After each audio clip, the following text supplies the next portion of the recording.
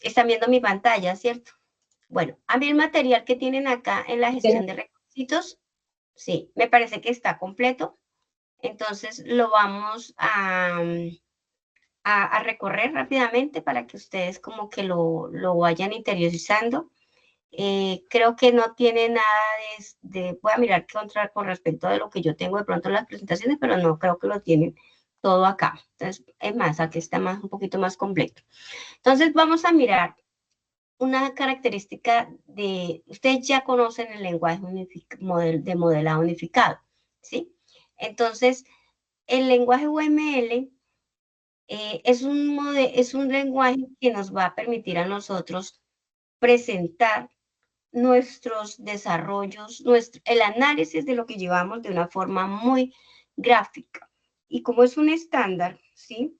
Es un estándar, pues cualquiera de los que estamos dentro del medio lo va a poder entender, ¿sí?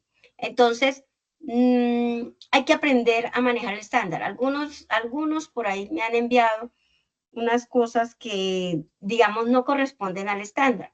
Entonces, yo siempre les digo, ojo con el estándar, revisen el estándar. Son muchos diagramas, ¿cierto? Y cada diagrama va a representar una característica del sistema, bien sea un requisito funcional o un requisito no funcional, ¿cierto?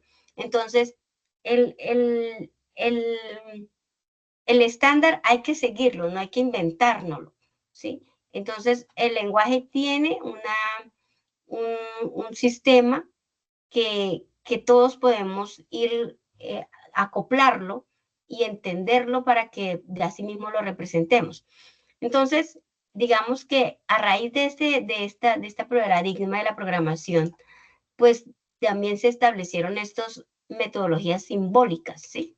Utilizando símbolos para de pronto poder nosotros dar a conocer lo que se quiere desarrollar, ¿sí? Entonces, este lenguaje realmente también nació junto con la programación orientada a objetos, ¿sí? Proporciona, digamos, muchas herramientas tanto para el análisis como para el diseño. O sea, esto no es para el desarrollo, pero sí nos va a permitir en el análisis y en el diseño poder presentar lo que nosotros queremos construir. Tiene una serie de normas técnicas que representa de manera gráfica el camino y la estructura de un sistema determinado para programadores, analistas, desarrolladores y diseñadores. Entonces, con estos diagramas, cualquier, digamos, diseñador o desarrollador puede comprender y que pues obviamente normalmente sí ellos todos conocen el lenguaje de modelado, entonces pueden, digamos, ustedes presentar esto y cualquiera, o ustedes cuando les entreguen un diagrama, ustedes lo van a poder entender también, ¿sí? Entonces, eso hace parte de la documentación, del análisis y del diseño del sistema, o sea que todo lo que vayamos construyendo, eso va a ser todo eh, nuestra carpeta de evidencias, digámoslo así, para poder tenerlo y presentarlo, ¿sí? Entonces, no me echen el lenguaje unificado por allá. En la actividad de proyecto 2 también lo vimos, pero pues la idea es que sí, acá ya vimos algunos de los casos de uso, cómo hacer un caso de uso, ¿cierto? Que es uno de los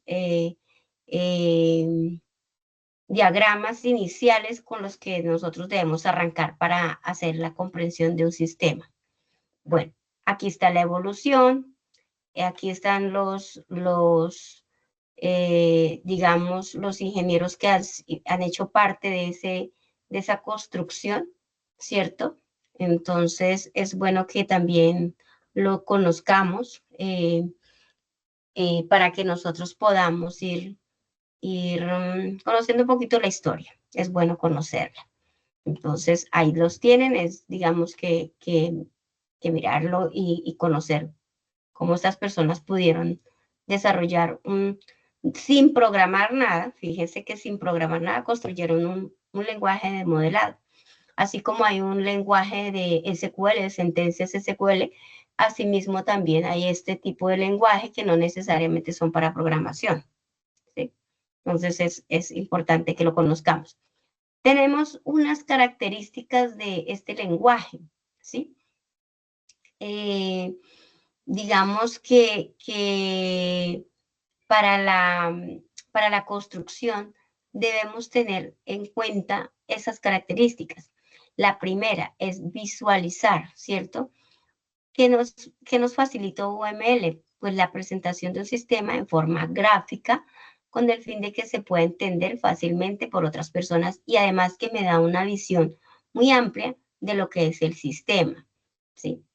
Especificar. UML permite detallar cuáles son las necesidades de un sistema previo a su construcción. Fíjense que hasta el momento uno no ha desarrollado una línea de código, pero sí se ha hecho entender a través de los diagramas qué es lo que quiere construir. Bueno, construir. ¿Sí? La construcción del sistema diseñado se realiza tomando los modelos especificados en el lenguaje. Entonces, por ejemplo, uno de los modelos más relevantes está el de diagrama de clases. Yo con el diagrama de clases construyo mi software, ¿cierto? Esa es como mi estructura, así como un edificio necesita una diseño, asimismo la construcción del software también la vamos a necesitar. Y OML es quien nos proporciona esas herramientas, ¿sí? Y la documentación, obviamente, no podemos dejarla a un lado, aunque nosotros no vamos, digamos que dentro de las metodologías ágiles, la documentación no se deja de lado, sino que uno se va construyendo todo a la par. Entonces, fíjense que ustedes van construyendo los diagramas, van construyéndolos y van, de esa manera es la forma como uno va documentando. Entonces, cuando se diseñan las notaciones gráficas del sistema, desarrollarlo, estas se utilizan como documentación. Esto permite brindar soporte para nuevas revisiones, empalmes, facilitando que los nuevos desarrolladores comprendan el sistema. Entonces, por ejemplo, ustedes, que es más fácil, ¿cierto? Que les entreguen un diagrama de clase y ustedes sepan con ese diagrama cómo está el sistema, en lugar de irse a recorrer todos los archivos de pronto de código que tenga el sistema. Entonces, es mucho más fácil con un diagrama, uno logra llegar mucho más fácil, ¿sí? Y es la forma como uno documenta el sistema también. Ayuda a esa documentación. No va a tener en las versiones porque pues digamos que esto también ha ido sufriendo, digamos, cambios en la medida que se van creando nuevas formas de desarrollar. Entonces, asimismo, también el sistema se ha ido, digamos, adaptando a esos cambios. El modelo de construcción de un software, digamos que nosotros debemos comprender de manera la más clara lo que se construye, ¿cierto? Comunicar la estructura de un sistema complejo, especificar el comportamiento que se requiere del sistema y especificar el comportamiento que se requiere en el sistema, ¿cierto? Aquí digamos que es como aquí sí yo creo que se quedó como mal. Es como la forma en cómo nosotros debemos trabajar, ¿cierto? Esta es como la forma en que debemos comprender, comunicar y especificar, ¿sí? Esa es digamos que está compuesto por varios diagramas, ¿sí? Varios diagramas. Vamos a mirar algunos diagramas que son muy utilizados en el análisis de requisitos. Vamos a centrarnos más en este diagrama de casos. Bueno, el caso de usos creo que ustedes ya lo comprendieron, ¿sí? Es una forma, digamos, que nos permite a nosotros ir conociendo el sistema, conociendo los actores, conociendo las relaciones, cómo estos actores se relacionan y nos da una idea global del sistema, ¿sí? Eso ayuda muchísimo en nuestra comprensión cuando estamos arrancando. Y ese diagrama de caso de uso también cuando yo, por ejemplo, aquí no me estaba fijando que Martín estaba necesitando ayuda, estaba pidiendo que le admitieran. Entonces, esto también permite, alguien tiene el micrófono por acá abierto, listo. Entonces, esto también nos va a permitir tener esa idea. Si ustedes ya lo hicieron o lo hicieron y les quedó mal, pues es hora de mejorarlo, ¿sí? Eh, ¿Para qué? Para que yo pueda tener, digamos, ustedes puedan tener la comprensión total de lo que, es el sistema. Y solamente pues está compuesto por 3 componentes, ¿sí? Que son los actores, que son las funcionalidades y las relaciones, ¿cierto? Entonces, nos va a permitir esa parte. Entonces, los actores, ¿sí? Los actores, pues, es el que define el rol, puede ser un usuario, puede ser un cliente, puede ser el que interviene dentro del proceso, ¿cierto? Entonces, hay principales, hay de apoyo, hay pasivos, ustedes definirán cómo van a colocar ese actor. Entonces, y pues igual, si digamos en la fase de análisis hicimos el caso de uso, pero nosotros vamos en este proceso y detectamos que algo nos quedó mal, es hora de corregirlo porque es parte de la, de la retroalimentación que se puede hacer, ¿sí? Entonces, hay relaciones, ¿sí? Cómo se comunican el actor entre un caso de uso, se nota mediante la relación simbólica por una línea o una flecha, ¿cierto? Entonces, se describen los varios tipos de relaciones, relación de comunicación entre actor y un caso de uso, que puede ser activa o pasiva, un actor activo inicia la ejecución con la flecha apuntando hacia el caso de uso. Entonces, digamos que aquí están como esas connotaciones en las cuales ustedes pueden hacer ese caso de uso. Y aquí, aquí está entre comerciante y el envío de factura, entre la factura y el sistema externo. Bueno, esas son las formas como nosotros podemos tener. Y por acá, la representación de un caso de uso, que eso ustedes ya lo conocen, ¿cierto? Y como el nombre del caso de uso, acuérdense que va encerradito entre un cuadrito, en un rectángulo, y como si es de la comunicación, esta parte de relación, cómo es con el caso de uso, el actor. Y eso pues permite tener una visión también del sistema en esa forma de interactuar. Bueno, ¿qué más tenemos acá? Las relaciones. Las relaciones cuando son punteaditas se incluye, ¿cierto? De inclusión, que se emplea para extraer comportamientos comunes de un caso de uso. Un caso de uso puede incluir a otro caso de uso. Extend, ¿cierto? Utilizado para ampliar las funcionalidades de un caso de uso existente, es específicamente útil para incorporar nuevos requisitos del sistema, ¿sí? Que tiene como una extensión de algo, ¿sí? Que de pronto en el caso de uso yo no lo especifico tanto, entonces hago un extend. Generalización. Esta relación ocurre entre un caso de uso general y uno más específico, donde el específico hereda propiedades del caso de uso base. ¿Listo? Entonces, fíjense que lo podemos hacer como el ejemplo del extend. Mira acá. Entonces, la relación entre el comerciante, él genera la factura, envía la factura, y aquí está enviar factura correo. Este es el sistema al sistema externo, ¿sí? Establece relación entre cuando un caso de uso es similar a otro, pero incluye funcionalidades adicionales, ¿sí? Por ejemplo, en el caso mencionado anteriormente, el caso de uso enviar factura podría ampliarse a enviar factura por correo electrónico, ¿sí ves? Se envía factura, pero adicionalmente hay un extend de para enviar factura. Y fíjense las líneas punteaditas, ¿sí ve? Las líneas punteaditas me indican que es un extend. Entonces, lo que yo les decía a ustedes, pues, digamos, es mirar cómo hicimos nosotros nuestros casos de uso y perfeccionarlos, ¿sí? Que sea una forma muchísimo más clara de comprender. Especificación, bueno, aquí hay una especificación. Creo que nosotros habíamos hablado de esta plantilla de caso de uso, no sé si ya la habíamos visto.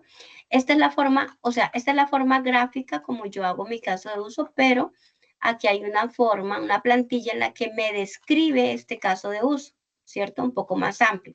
Entonces, los dos van acompañados. A veces se suele hacer solamente el diagrama y se deja por fuera esta plantilla. Y entonces la plantilla me especifica el nombre del caso de uso, el actor, la fecha, descripción, si hay más actores, ¿cierto? Precondiciones, el flujo normal, el flujo alternativo y las postcondiciones. Entonces, estas plantillitas pues son buenas. Hay muchas, hay varias. Creo que esta, y yo no sé si en algún momento yo les compartí también alguna, ¿cierto? Alguna que por acá creo que yo la tengo como de datos del paciente, creo que yo tenía un ejemplo por ahí. Listo. Y aquí descripción de una especificación de un caso de uso. Entonces, fíjense que en el análisis de requisitos también nosotros retomamos ese caso de uso y ojo, los casos de uso que hemos realizado inicialmente fueron general, pero aquí la idea es ya tener los casos de uso de cada una de las acciones que nosotros necesitamos hacer. ¿Listo? Para que vayamos mejorando eso. Casos de uso reales, prototipos. Bueno, los prototipos son una forma también de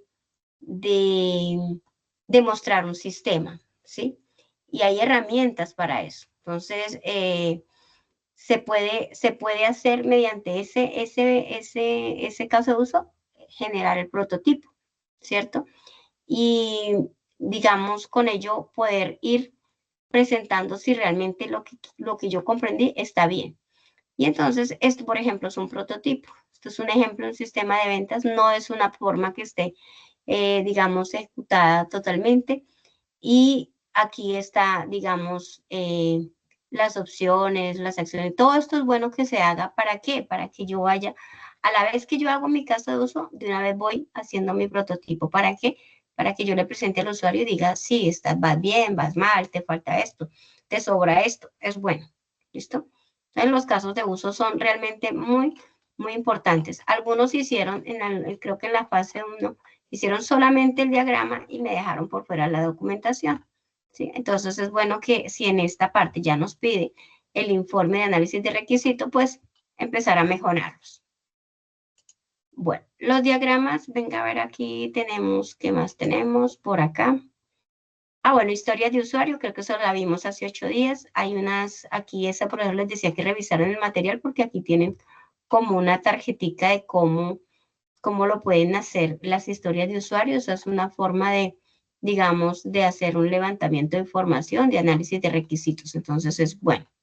Y está toda la parte de la, de la historia de usuario, que creo que hace 8 días, hace 8, que eso ya la vimos, que sean concretas, concisas, ¿sí? Cuándo se debían de usar, cuándo no, cuándo era recomendable hacerlo o no.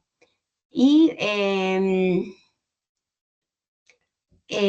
hay, digamos, un poco más de esas historias y aquí hay unos ejemplos, ¿cierto? Esto es un ejemplo que también yo puedo hacer. Esta es la primera opción. Como cliente de un supermercado, quiero hacer una compra mediante una aplicación web para poder comprender sin salir de casa, ¿sí? Entonces, fíjense que eso es lo importante de la historia de usuario, el rol, el objetivo y los beneficios. Y un comentario, ¿cierto? Que de pronto describe un poco más lo que yo quiero hacer. En esta historia de usuario se identifican claramente lo que el cliente desea hacer, aunque no se especifican los detalles de cómo se realizarán las compras en línea. Estos detalles podrían aclararse en reuniones posteriores. Estas historias cumplen con la característica del método INVEST. Es sencilla, clara y satisface una necesidad específica, facilitando así la estimación de tiempo de desarrollo. Aquí estoy como cliente de un supermercado, quiero acceder al registro mediante un formulario que me permita describir mi correo electrónico y asignar la contraseña, ¿sí? Para asegurar mi privacidad. En esta historia el usuario contiene especificaciones excesivas en la sección de objetivo y no clarifica suficientemente el beneficio. Se recomienda simplificar, aclarar el propósito para alinear mejor con los criterios de INVEST. Entonces, por acá este INVEST hace referencia a que sea independiente, negociable, valioso, ¿cierto? Cada una, y estimable, ¿cierto? Y pequeña. Estas también testeable.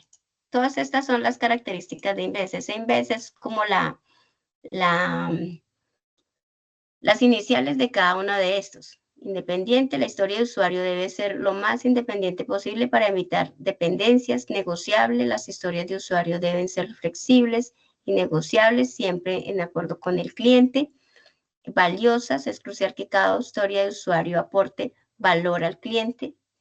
Idealmente, el cliente deberá participar activamente en esa redacción, ¿sí? En su redacción, porque realmente él es el que está contando cómo se hace.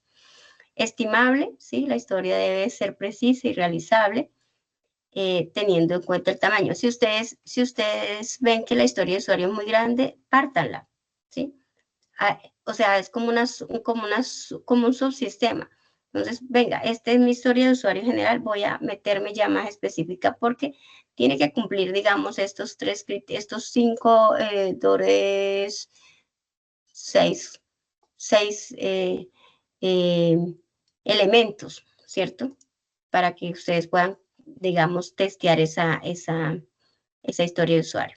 Aquí, digamos, hay ejemplos que ustedes pueden, y aquí hay plantillas. Yo les decía que revisaran el material porque aquí hay plantillas que ustedes pueden descargar. Esta está en Excel, ¿cierto? Y ustedes pueden ir llenando cada uno de los de esa Excel también es viable que la puedan realizar. Hay muchas, pero le digo, ya cada uno de ustedes decide cómo hacer. Bueno, hay unas herramientas, todas estas que ustedes ven acá, son herramientas para precisamente construir historias de usuario, ¿sí? Está Trello, está Jira, está Taiga y está Excel. Excel como aquí lo tienen en este ejemplo, ¿sí? Entonces ya ustedes deciden en cuál herramienta la van a utilizar. Estas de Trello y de Jira, ¿cierto? Facilitan a la vez el seguimiento, ¿sí? Porque pues son sistemas que pueden ustedes ir construyendo cada una de las historias y a la par también son como requisitos que se van convirtiendo para después empezar a hacer el seguimiento del desarrollo. Entonces, estas son buenas herramientas que pueden utilizar. Y Excel, pues también esta no la he usado realmente, Taiga no la ha utilizado. No sé si alguno de ustedes acá la haya utilizado, pero yo sí no la he utilizado. ¿Listo? Entonces no les podría hablar de esta. Bueno, aquí también hay otras plantillas que pueden utilizar, otro formato. Creo que hace 8 días también por ahí vimos algunos. Bueno, ¿qué más tenemos por acá? Vamos a mirar el material. Bueno, el diagrama de actividades. Yo les decía que hay muchos diagramas, ¿sí? Muchos diagramas de UML. ¿Cuáles son los que nosotros vamos a utilizar bastante, cierto? Entonces son los diagramas de caso de uso, de actividades también se usan, y el diagrama de clases. Entonces, la actividad, dice, estos diagramas de comportamiento que se utilizan para representar una sucesión de actividades. O sea, ¿qué actividades hace el usuario para hacer tal acción? Explica el flujo de operaciones desde el punto de inicio hasta el final, definiendo una variedad de caminos de decisiones en el desarrollo de eventos que abarca una actividad. Según Bosch, estos diagramas permiten visualizar un caso de uso específico a nivel más preciso, ilustrando el flujo de actividades definidas en un sistema. Entonces, fíjense que ya el diagrama de actividades me va a ayudar a mí qué pasos, qué actividades son los que debo de hacer para poder cumplir el flujo, digámoslo así, de un sistema, ¿sí? Y ¿qué tenemos dentro de ellos? Tenemos la actividad, ¿cierto? Que es la descripción del detalle de una sucesión, se le da un nombre. flujo entre actividades, ¿cierto? Aquí están los flujos, está la representación de este diagrama, nodo inicial, ¿cierto? Y nodo final, ¿cierto? Muy similares. Entonces, de estos son los elementos de un diagrama. Fíjese que varían con respecto al diagrama de caso de uso, ¿listo? Y aquí ustedes tienen un buen ejemplo de cómo es un diagrama de actividades. El inicio, autenticar usuario, ¿cierto? Si hay un mensaje de error, pues bueno, vuelvo acá, registrar usuario, ingresar datos, acceso al sistema y finalizar. ¿Listo? Entonces, digamos que aquí tengo ¿qué actividades son las que tengo que hacer? El usuario se autentica, si ya está autenticado, pues muy seguramente aquí paso al sistema, ¿cierto? Si no, pues tengo que registrarlo, tengo que ingresar los datos y tengo que ya acceder. Entonces, fíjense que es una actividad sencillita, por ejemplo, la de autenticación de usuarios, que casi todos ustedes deben de tenerla, ¿sí? Casi que todos tienen que hacer, porque todos tienen que tener autenticación de usuario casi que este diagrama es generalizado para todos, ¿sí? Salvo que ustedes pongan otra cosa diferente, por ejemplo, que un CAPTCHA, que yo no sé qué cosas, todas esas normas de seguridad, pues ya le agregarán esa otra actividad, ¿cierto? Pero es lo que tiene que hacer el sistema como tal, como un diagrama de flujo, pero con una estructura, con unos elementos diferentes, ¿cierto? O digamos específicos, porque cada diagrama tiene su propia estructura. No todos son iguales. ¿Listo? Y aquí está el ejemplo para que ustedes también se guíen y digan, ah, bueno, yo de esta manera es que tengo que hacer, por ejemplo, cuando voy a hacer el registro de facturas, que tengo que tener primero, cuál es mi inicio y todo tiene un inicio, en fin, fíjense acá. ¿Listo? Y aquí está toda los elementos que tienen ese diagrama. ¿Listo? Y llegamos al diagrama de clases, que yo considero que también es uno de los trascendentales en el proceso, ¿sí? Describe las estructuras de un sistema mostrando sus clases, atributos y las relaciones entre ellas. Se utiliza durante el proceso de análisis y diseño de sistemas para crear el diseño conceptual de la información que se manejará, los componentes que se encargarán de su funcionamiento y la interacción entre ellos. En un diagrama de clases se pueden distinguir principalmente dos elementos, las clases y sus relaciones. ¿Listo? Entonces, vamos a mirar. Y el objetivo de un diagrama de clases es representar las clases que conforman el modelo de un sistema determinado.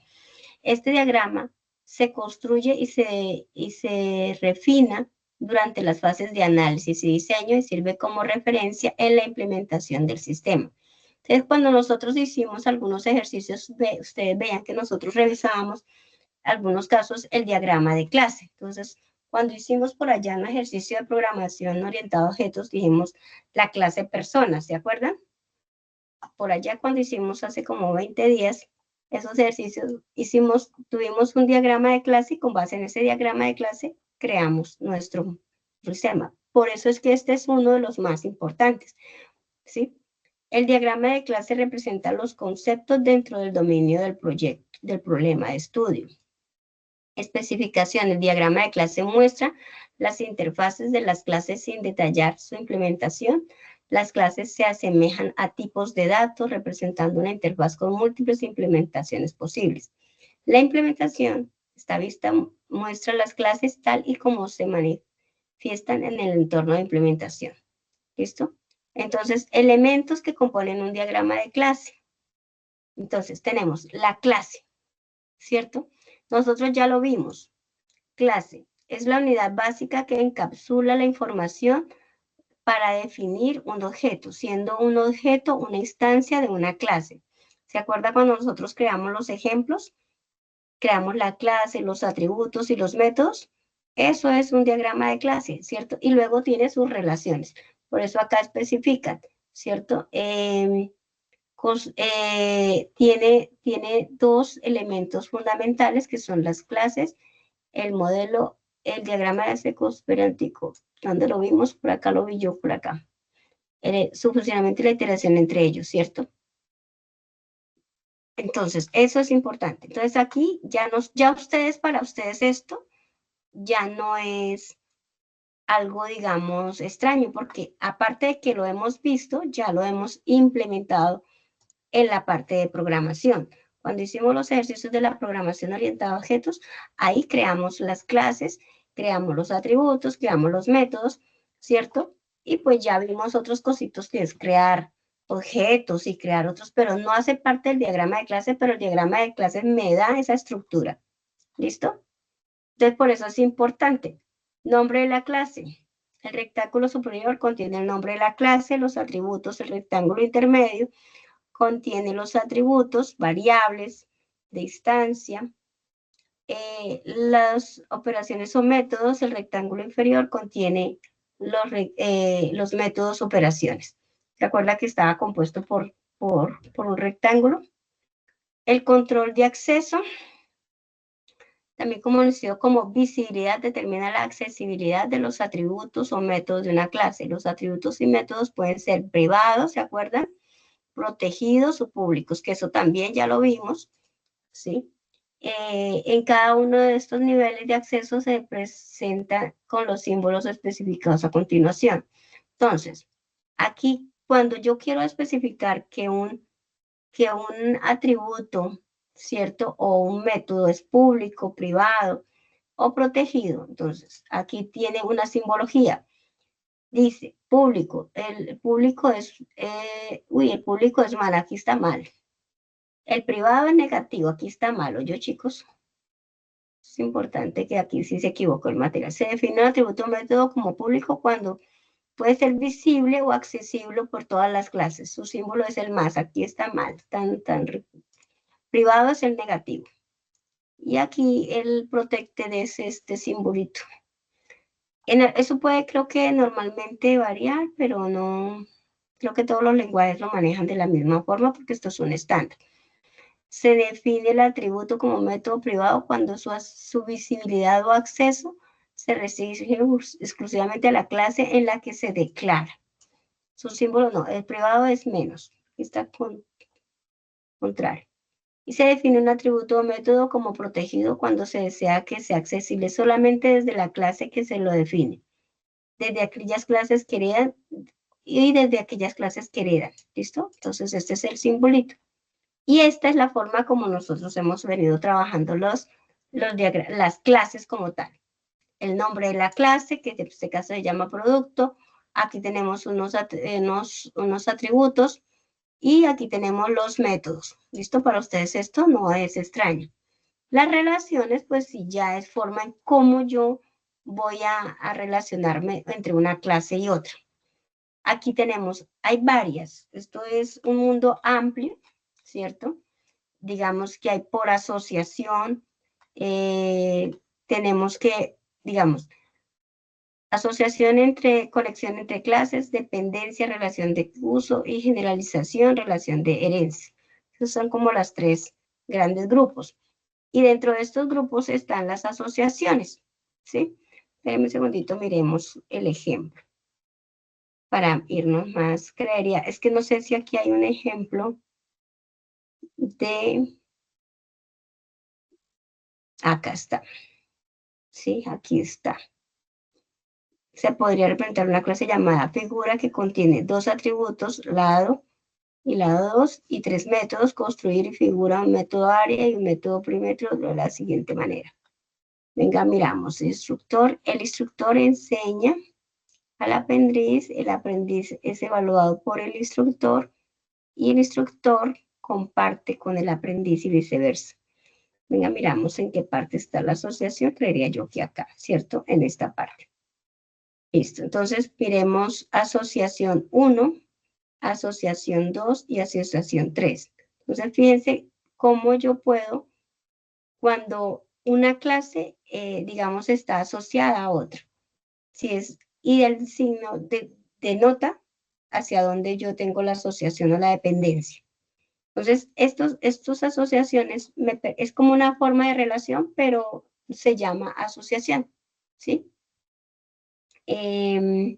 Básicamente eso. Y se le da un nombre. Fíjese que aquí tiene asociación 1, asociación 2, asociación 3 y también tiene un rol, ¿cierto?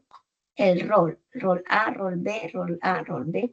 Y aquí ya cuando se hace el ejercicio, tiene enseñar, es evaluado por y comparte. Este es el nombre de la asociación, ¿sí? Y este es el rol, ¿cierto?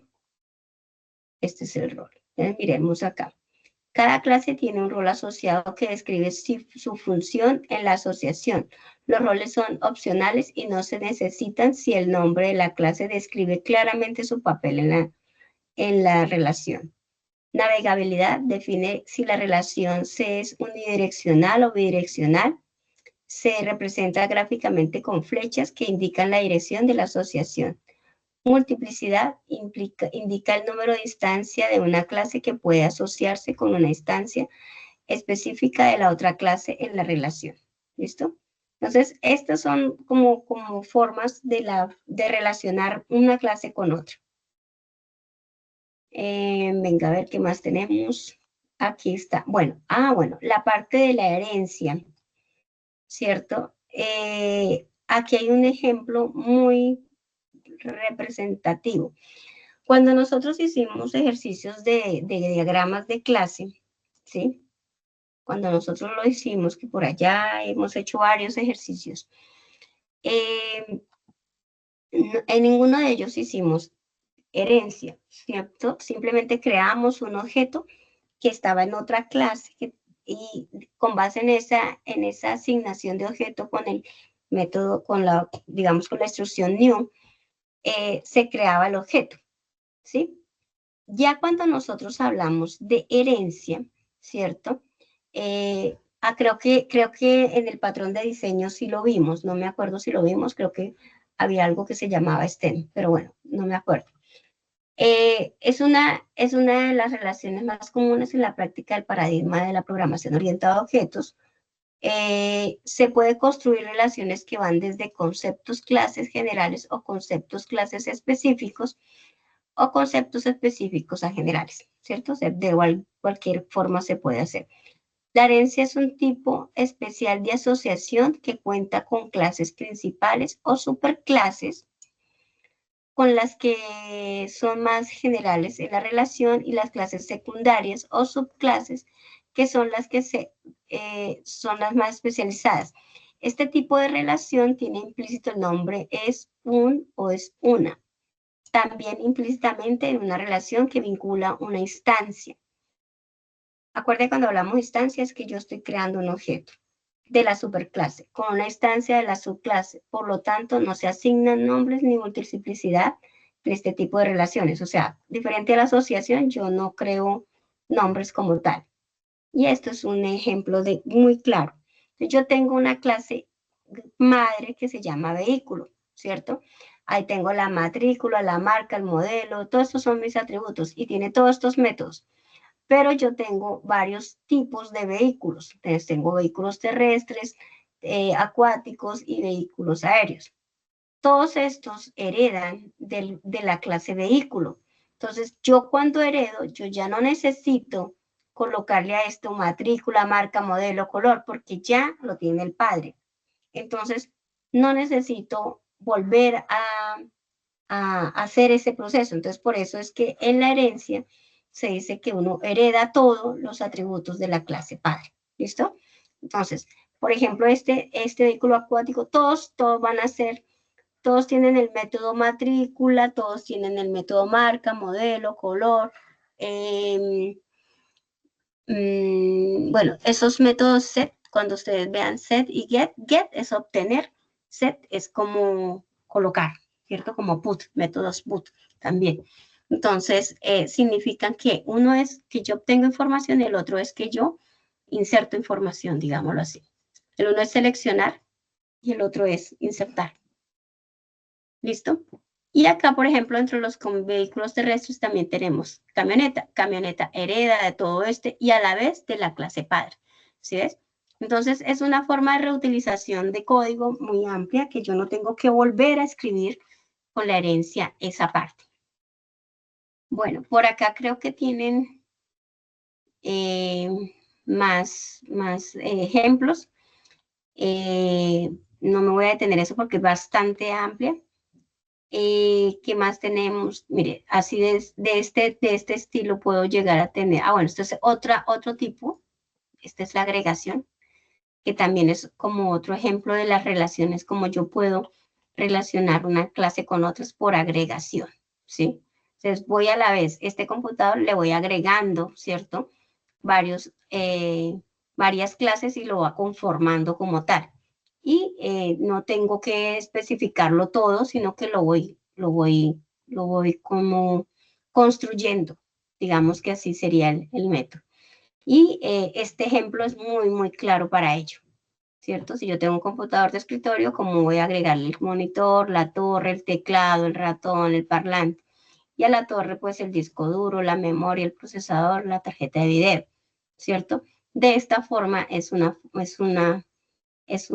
relación de agregación. Entonces, fíjense que tenemos la herencia, tenemos la agregación, tenemos la asociación, o sea, hay diferentes formas en las que nosotros podemos, en esas clases, en ese diagrama de clases, poder hacer ese tipo de relaciones, ¿sí? Entonces, eso es lo que quiero que como que te les quede claro para cuando estemos construyendo las clases. ¿Listo? También hay otra por composición, ¿cierto? Dice acá, la composición es un tipo particular de relación de agregación donde los componentes no pueden pertenecer a más de una relación de agregación, ¿sí? Es decir, son exclusivos de la composición establecida. Para distinguir una relación de composición de una agregación, el rombo representa y se define completamente de negro, ¿sí es? Es muy similar, pero no es igual. ¿Sí es? Aquí hay, ojo con esta composición y con esta de agregación, para que tengamos como claro, como cada uno tiene una forma de representarse. ¿Listo? Entonces, fíjense que el diagrama de clases tiene varias connotaciones, ¿sí? Hay herramientas, cuando son de computadoras, hay software engineer, que son, digamos, herramientas de ingeniería de software asistidas por computador, que también nos van a ayudar muchísimo en esa construcción de todos esos diagramas, ¿sí? Entonces, esperen un segundito, no me voy a mirar acá. Estas son unas de diseño de archivos de bases de datos, de programación. Creo que nosotros alcanzamos a ver en Workbench, creo que fue. Por ahí había unas, creo. Creo que están, aquí no las veo todas. Bueno, hay varias herramientas. Venga a ver, está la clasificación, pero no las veo acá. Creo que nosotros en el capítulo 1 sí la vimos, ¿cierto? En el este. Bueno, aquí está. Workbench,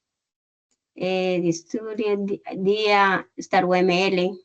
Esta es como la más usada. De diseño y archivos de bases de datos, Power Design, Design Oracle. Bueno, aquí hay de programación, NetBeans, Eclipse. Todas estas son herramientas que hice para eso. Para UML, normalmente se utiliza StarUML, ¿sí? Entonces, esa es como la herramienta que ustedes podrían utilizar para los diagramas de UML. Bueno, voy a detener un momentico la grabación porque me quedó muy grande. Y como